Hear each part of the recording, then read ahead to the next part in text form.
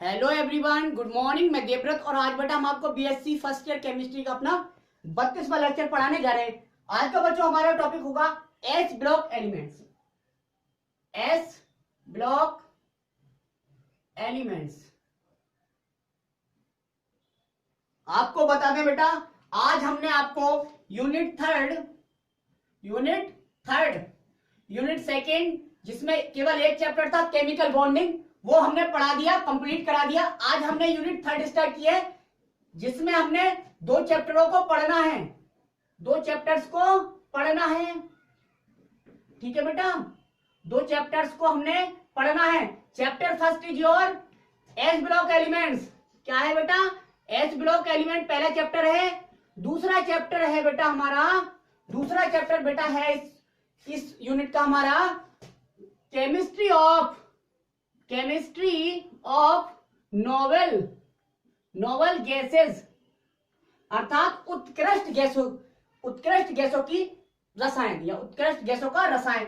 ये unit third में बेटा हमें दो चैप्टर पढ़ने थे, इसलिए आज हमने अपना चैप्टर फर्स्ट, इस यूनिट का चैप्टर फर्स्ट स्टार्ट कराया है। ठीक है, चैप्टर फर्स्ट ये देख लीजिए आप। सही है। अब बेटा हम अपना जो हमारा टॉपिक है उसे पढ़ाते हैं, एस ब्लॉक एलिमेंट्स। तो फर्स्ट ऑफ ऑल सबसे पहले बेटा हमें यह जानना होगा एस ब्लॉक एलिमेंट्स क्या होते हैं। तो देखो इंट्रोडक्शन है, इंट्रोडक्शन में देखते हैं एस ब्लॉक एलिमेंट्स क्या होते हैं। तो बेटा जी हमें चार ऑर्बिटल मिले, s orbital, p orbital, d orbital, f orbital. इन ऑर्बिटल के बेसिस पर हमने सभी एलिमेंट्स को चार ब्लॉक्स में बांटा है, चार ब्लॉक में कैटेगराइज किया है। First is S block elements, second is P block elements, third is D block elements and fourth is F block elements. तो हम ये कहें कि डिफाइन कैसे करेंगे एस ब्लॉक एलिमेंट्स को, तो वही बेस हमने पकड़ा, दोज एलिमेंट्स या वे एलिमेंट्स बेटा, वे एलिमेंट्स बेटा, वे एलिमेंट्स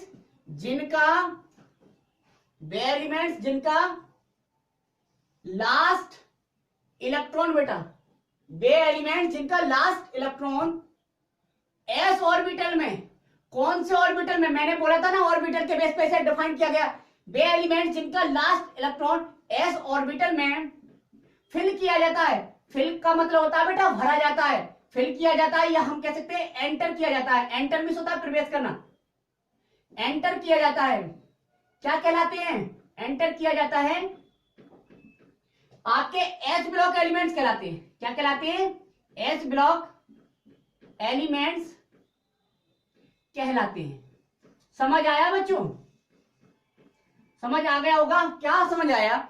हमने ये कहा कि वे तत्व बच्चों जिनका अंतिम इलेक्ट्रॉन एस ऑर्बिटल में भरा जाए, एस ब्लॉक के तत्व।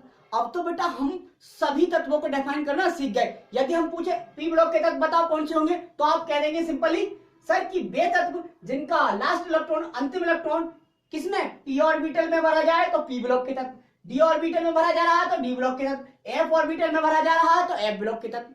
सिंपल डिफाइन किया हमने। ठीक है, तो डेफिनेशन मात्र इतनी लिखवाएंगे, क्योंकि डेफिनेशन बेटा आती नहीं है, हमें केवल पहचान होनी चाहिए। लेकिन हाँ के एस ऑर्बिटल एस ब्लॉक का है या ये पी ब्लॉक का है, लास्ट इलेक्ट्रॉन देख के हम समझ जाएंगे कि हाँ एस ऑर्बिटल में भरा जा रहा है तो एस ब्लॉक का है, पी ऑर्बिटल में भरा जा रहा है तो पी ब्लॉक का है, और डी ऑर्बिटल में भरा जा रहा है तो डी ब्लॉक का है, और एफ में तो एफ ब्लॉक का है। अब देखिए बेटा पीरियोडिक टेबल आपकी ये है, पीरियोडिक टेबल आपकी कुछ इस प्रकार है।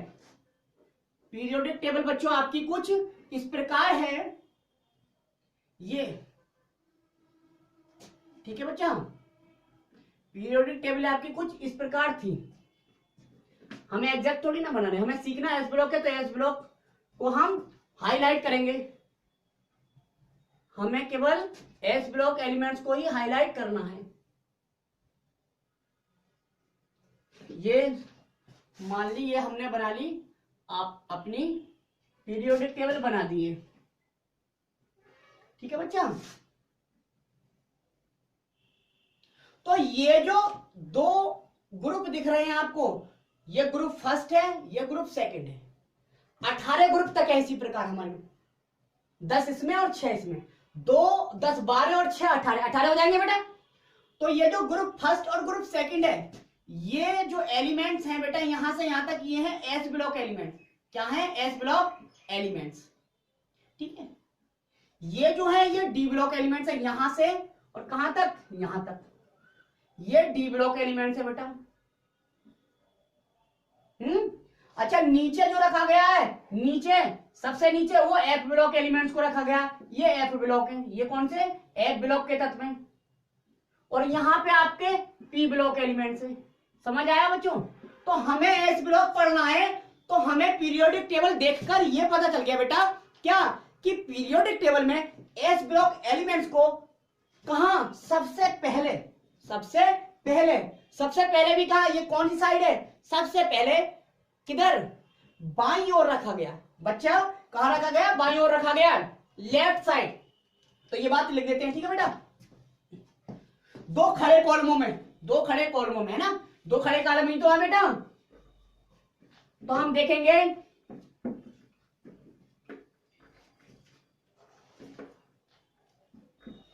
लिखो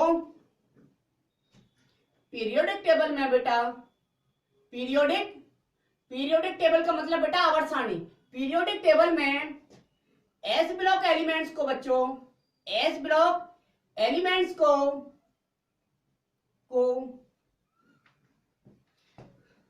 सबसे पहले बेटा बाईं ओर को कहेंगे लेफ्ट साइड, बाईं ओर यानी कि लेफ्ट साइड, सबसे पहले लेफ्ट साइड 2 ग्रुप्स, 2 समूहों में रखा गया है, दो खड़े समूहों में, दो खड़े कॉलमों में या 2 समूहों में रखा गया है। ठीक है, इनमें रखा गया है। अच्छा बेटा, जो एस ब्लॉक के तत्व हैं उनका क्लासिफिकेशन देख लेते। तो हेडिंग डालो जरा, क्लासिफिकेशन, वर्गीकरण।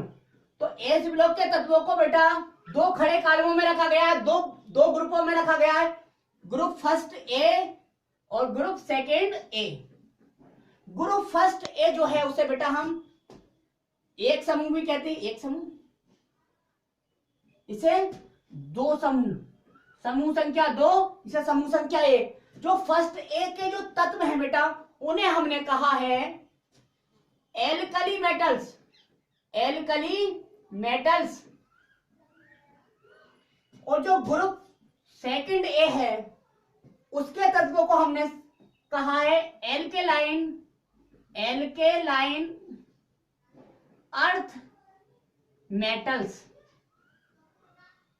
अब आप समझिए हिंदी, एल्कली मेटल्स को कहते हैं क्षारीय धातुएं, क्षारीय बेटा धातुएं।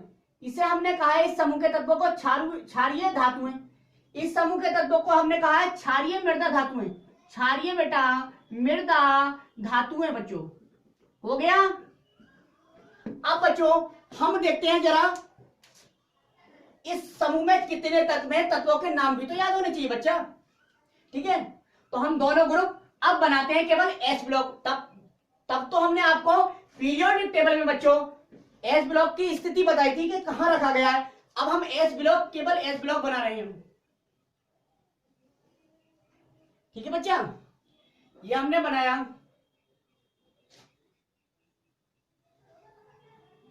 ठीक है,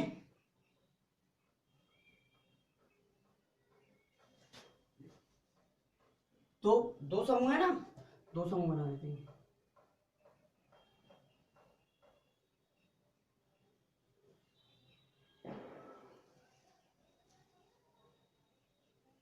सात समूह है ना बेटा, सॉरी 7 आवर्त है ना।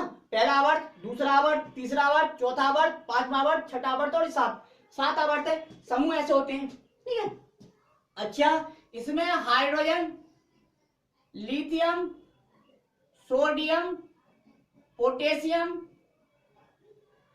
रुबिडियम, सीजियम, फ्रेंसियम, जो मैं पूरे नाम बोल रहा हूं आप लिख सकते हैं। Hydrogen, lithium, sodium, potassium, rubidium, caesium, francium. कुछ बच्चे सोच रहे होंगे बेटा क्या इसका नाम सोडियम है, तो SO क्यों नहीं आया? क्योंकि बेटा ये नाम आए हैं लैटिन भाषा से। लैटिन, क्योंकि केमिस्ट्री का जो भी डेवलपमेंट हुआ है वो हमारी सभ्यता से नहीं हुआ है, वो सभी वेस्टर्न सभ्यताओं से हुआ है। ठीक है, तो लैटिन वहां की भाषा थी, लैटिन या ग्रीक, तो इसलिए लैटिन नाम ही यूज करते हैं हम आज भी केमिस्ट्री में। ठीक है, तो सोडियम का लैटिन भाषा में नाम होता है नेट्रियम, इसलिए Na। अच्छा, पोटेशियम, ये सोडियम तो हम कहते हैं यहाँ पे भारत में, वहां पे नहीं कहते। ठीक है, जैसे ये पोटेशियम है, पोटेशियम का नाम पोटेशियम नहीं है बेटा, केट्रियम होगा कुछ। ठीक है, कैसे स्टार्ट होता होगा। अब देखिए आप, hydrogen, lithium, sodium, potassium, rubidium, caesium, francium, इसका एटॉमिक नंबर होता है बच्चा 1, इसका होता है 3, इसका 11, इसका 19, 37, 55 और ये 87। ठीक है, hydrogen, lithium, sodium, potassium, rubidium, caesium और फ्रेंशियम। इसमें है बेटा बेटा मांगे, कार, स्कूटर, बाप, राजी। ठीक है, ये लर्निंग पैटर्न बना दिया। ठीक है, बाकी आप beryllium, magnesium, calcium, strontium, barium और रैंडम, ये इनके पूरे पूरे नाम है, आप पूरे पूरे नाम लिख लेना। Beryllium, magnesium, calcium, strontium, barium और रैंडम। अब देखिए 3 के बाद 4, 11 के बाद 12, 19 के बाद में 20, 37 के बाद में 38, 55 के बाद में 56 और 87 के बाद में 88। ठीक है बच्चा, अब देखिए आप, हमने जैसा कि पहले बताया था, इसे हम कहते हैं फर्स्ट ए ग्रुप। क्या कहते हैं? First A group. इसे कहा है हमने सेकंड ए ग्रुप। ठीक है, फर्स्ट ए ग्रुप के तत्वों को हम क्या कहते हैं? फर्स्ट ए ग्रुप के तत्वों को हम कहते हैं एल्कली मेटल्स। एल्कली मेटल्स, इन्हें कहते हैं हम बेटा एल्केलाइन अर्थ मेटल्स। अब बच्चों के दिमाग में आ रहा होगा, सर इन्हें एल्कली मेटल्स और इन्हें एल्केलाइन अर्थ मेटल्स, अर्थात इन्हें क्षारीय धातुएं तथा इन्हें क्षारीय मृदा धातुएं क्यों कहते हैं? तो बच्चों यह नाम दिया गया है, जो जितने भी ये तत्व है ना फर्स्ट ए समूह के तत्व, उनके हाइड्राइड और उनके ऑक्साइड क्षारीय प्रकृति के थे। कैसे नेचर के थे? क्षारीय प्रकृति, क्षार जैसी प्रकृति के थे, इसलिए इसे क्षारीय धातुएं। अब कहेंगे सर क्षारीय तो समझ में आ गया क्योंकि इनके हाइड्राइड और ऑक्साइड क्षारीय थे, लेकिन धातुएं क्यों कहा गया? तो धातुओं का मतलब बेटा ये जो इस समूह के, दोनों समूह के तत्व है ना, ये इतने इलेक्ट्रोपॉजिटिव होते हैं, मतलब इतने विद्युत धनी होते हैं जितने की मेटल। अर्थात मेटल का एक गुण होता है कि वो जल्दी से इलेक्ट्रॉन त्याग कर धनायन बन जाती हैं। क्या बन जाती है? धनावेशित हो जाती हैं। तो उन्हीं के तरह बेटा ये भी इलेक्ट्रॉन त्याग करती हैं और क्या बन जाती हैं? धनावेशित हो जाती है, इसलिए इन्हें भी मेटल नाम दे दिया गया, इसलिए इनका नाम आया पूरा एल्कली मेटल्स। अच्छा, यहाँ पे अर्थ भी जुड़ गया। अर्थ में से होता है पृथ्वी यानी कि मृदा, पृथ्वी यानी कि मृदा, मिट्टी है ना, मृदा। तो सर इन्हें एल्केलाइन अर्थ मेटल्स क्यों कहा? तो बच्चों इन्हें एल्केलाइन अर्थ मेटल्स क्यों कहा? क्योंकि एल्केलाइन मेटल्स का समझ में आ गया, लेकिन अर्थ का मतलब क्या? तो इनके भी हाइड्राइड और ऑक्साइड क्या होते हैं? बेसिक नेचर के होते हैं, क्षारीय प्रकृति के होते हैं, लेकिन ये बेटा क्रस्ट पे, पृथ्वी की ऊपरी परत, क्रस्ट जिसे कहते हैं, पृथ्वी की ऊपरी परत को कहते हैं हम क्रस्ट। तो अर्थ क्रस्ट पर पाए जाते हैं ये सभी तत्व अर्थ क्रस्ट पर, इसलिए इन्हें एल्केलाइन अर्थ मेटल कह दिया। ठीक है, हो गया। अब बच्चों, अब बेटा क्या ये आपने उतार लिया, पूरे पूरे नाम हमने बोल दिए थे। अब देखते हैं बच्चों हम, वैसे ये एस ब्लॉक एलिमेंट्स, पहले फर्स्ट ए समूह यानी कि एल्केलाइन अर्थ मेटल्स की स्टडी करनी है, फिर एल्केलाइन अर्थ मेटल्स की, पहले एल्कली मेटल्स फिर एल्केलाइन अर्थ मेटल्स, अर्थात पहले फर्स्ट ए समूह फिर सेकंड ए समूह के तत्वों की स्टडी करनी है। लेकिन कुछ कॉमन प्रॉपर्टी हम यहाँ पे डिस्कस कर देते हैं, जैसे जनरल कैरेक्टरिस्टिक्स है। जनरल कैरेक्टरिस्टिक्स में सबसे पहले आप इनका इलेक्ट्रॉनिक कॉन्फ़िगरेशन देख लें बेटा, इलेक्ट्रॉनिक विन्यास, इलेक्ट्रॉनिक कॉन्फ़िगरेशन, इलेक्ट्रॉनिक कॉन्फ़िगरेशन। अगर हम बेटा इलेक्ट्रॉनिक कॉन्फ़िगरेशन की बात करें तो जो फर्स्ट ए और ये है सेकंड ए, दोनों एक साथ लिख दिया हमने। जो फर्स्ट ए समूह के तत्व में इसे हम एल्कली मेटल्स कहते हैं ना, तो हम क्या एल्कली मेटल्स जो है उनकी बात चल रही है यहाँ पे alkaline earth metals, alkaline earth metals. तो हम इलेक्ट्रॉनिक कॉन्फ़िगरेशन यहाँ पे एल्कली मेटल्स का दिखाएंगे और यहाँ पे एल्केलाइन अर्थ मेटल्स का। तो बेटा एल्कली हमने ये बताया दोनों एस ब्लॉक के क्या हैं, दोनों एस ब्लॉक के तत्व हैं। तो एस ब्लॉक के तत्व जो हैं उन्हें दो भागों में तो बांटा, दो वर्गों में, फर्स्ट ए और सेकंड ए। तो बेटा एस ऑर्बिटल जो होता है एक होता है, एस ऑर्बिटल एक होता है, इसमें दो इलेक्ट्रॉन रह सकते हैं। तो इसके आधार पर तो इसे डिवाइड किया है फर्स्ट ए और सेकंड ए में।